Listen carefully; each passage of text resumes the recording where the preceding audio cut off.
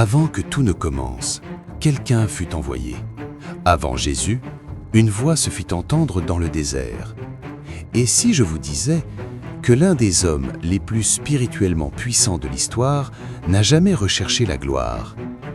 Avant même que le nom de Jésus ne résonne à travers le monde, une voix s'élevait déjà dans le silence du désert.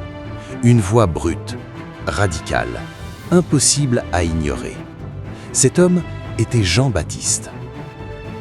Zacharie entra dans le temple comme tous les jours, mais à cet instant, le ciel répondit. Un ange apparut devant lui. Ce n'était pas son imagination, ce n'était pas un rêve. Et le message changea tout. Même dans sa vieillesse, il aurait un fils élu, avant même sa naissance. Elle avait déjà accepté le silence. Des années sans réponse. Mais soudain, l'impossible commença à grandir en elle. Ce n'était pas seulement un enfant, c'était un miracle, plein de sens. Quand Marie arriva, quelque chose se produisit. Avant même que les mots ne soient prononcés, l'invisible réagit. Le bébé bougea, comme s'il reconnaissait qui était là. Deux destins liés avant même la naissance. Peu après, un autre miracle allait se produire. Marie, à son tour, reçut la visite de Gabriel. Elle savait qu'elle donnerait naissance à Jésus. Mais l'ange révéla aussi une surprise. Élisabeth était enceinte. Marie alla alors la trouver. Et à cet instant, un événement extraordinaire se produisit. L'enfant dans le ventre d'Élisabeth descendit, comme s'il reconnaissait déjà la présence du Messie. Jean n'était pas comme les autres. Dès le début, il était marqué par une mission. Et puis, il naquit, sans couronne, sans applaudissements, mais avec une mission qui résonnerait à travers l'histoire. Ce bébé serait la voie qui préparerait le chemin. Les années passèrent. Loin du tumulte du monde, Jean grandit dans le désert de Judée. Un lieu inhospitalier, silencieux, mais empreint d'une présence intense. Certains pensent qu'il a fréquenté des groupes religieux rigoristes, comme les Esséniens.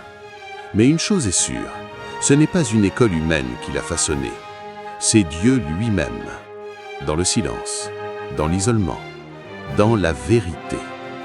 Il n'a pas grandi dans des palais, mais dans le silence du désert, sans confort, sans gloire, seulement le vent, la solitude et une mission qui se dessinait loin des regards du monde. Puis, un jour, Jean émerge du désert et sa voix éclate. « Repentez-vous !» Sans concession, sans fausses promesses, seulement la vérité. Il dénonce l'hypocrisie religieuse. Il confronte les pharisiens. Il brise les illusions. Être un descendant d'Abraham ne suffit pas. Il appelle à un véritable changement, profond, radical. Et des foules affluent. Nombreux sont ceux qui viennent. Certains par curiosité, d'autres par désespoir, mais tous repartent transformés. Tandis que tous suivaient le chemin commun, lui, il a choisi l'extrême. Des vêtements simples, un repas du désert, car son message n'était pas destiné à plaire, il était destiné à éveiller les consciences. Et puis, il commença à parler, non pas avec douceur, mais avec sincérité. Sa voix perça le silence et toucha le cœur de ceux qui l'écoutaient. Impossible de l'ignorer. Les gens commencèrent à arriver, d'abord curieux, mais ils repartirent différents. Certains pleurèrent, d'autres s'agenouillèrent. Car lorsque la vérité vous touche, vous ne pouvez plus rester le même. Sur les rives du Jourdain, Jean-Baptiste. Un acte puissant, un symbole de mort et de renaissance. Les gens confessent leurs péchés, ils plongent dans l'eau et en ressortent transformés. C'est là qu'il reçoit son nom, Jean-Baptiste. Mais malgré son influence, il ne cherche jamais à se mettre en avant. Au contraire, il répète « Celui qui vient après moi est plus grand que moi ». Et là, dans le fleuve, tout a changé. Les anciennes versions ont été laissées derrière. De nouveaux commencements ont émergé de l'eau. Ce n'était pas qu'un rituel, c'était une transformation. Et puis, un jour, un homme s'approche, sans spectacle, sans bruit, mais une présence qui impose le silence. Jésus. Jean le voit et tout s'éclaire. Voici l'agneau de Dieu qui enlève le péché du monde. Jésus demande à être baptisé. Jean hésite. C'est moi qui ai besoin d'être baptisé par toi. Mais Jésus insiste. Alors Jean obéit. Et à cet instant, les cieux s'ouvrent, le Saint-Esprit descend. Une voix retentit. « Tu es mon Fils bien-aimé ». Ce moment marque un tournant. La mission de Jean atteint son apogée. Mais un jour, le silence s'installe. Quelqu'un arrivait, et Jean le sut, avant même qu'un mot ne soit prononcé. C'est lui. Jean vivait simplement. Il portait des vêtements en poil de chameau, des ceintures en cuir, nourriture, miel sauvage et sauterelles. Une vie austère, mais constante. Tout en lui criait « Ce monde n'est pas ce qui compte ». Il était un message vivant. Le ciel observait. L'eau toucha. Mais cet instant était plus grand que tout. Le divin rencontra l'humain. Et l'histoire ne serait plus jamais la même. Jean désigna du doigt et dit « Voici l'agneau de Dieu ». Là, sa mission commença à s'accomplir.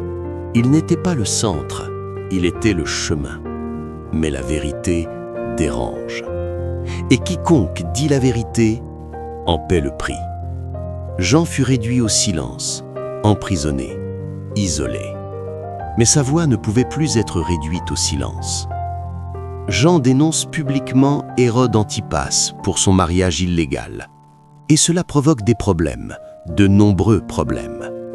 Hérodiade, la femme d'Hérode, ne supporte pas ces paroles. Jean est arrêté, emprisonné. Mais même en prison, sa voix ne se tait pas. Puis un jour tragique arrive. À cause d'un serment imprudent et d'une requête manipulée, Hérode ordonne sa mort. Jean est décapité. Au palais régnait le pouvoir, mais la peur aussi. Car même les rois sont troublés lorsqu'ils entendent la vérité. Jean n'était pas le Messie, mais il était celui qui a préparé le chemin. Comme Élie dans l'Antiquité, il a appelé les hommes à revenir à Dieu. Il était une force de rupture, il était un catalyseur, il était transformateur. Et finalement, il a lui-même résumé sa mission en une phrase. « Je suis la voix de celui qui crie dans le désert, préparez le chemin du Seigneur. » Jean s'est fait humble pour que Jésus puisse grandir. Et aujourd'hui encore, sa voix résonne dans le désert, dans le silence, au cœur du chercheur. Car certaines voix ne s'éteignent jamais. Et peut-être que votre message aujourd'hui n'a jamais été aussi pertinent.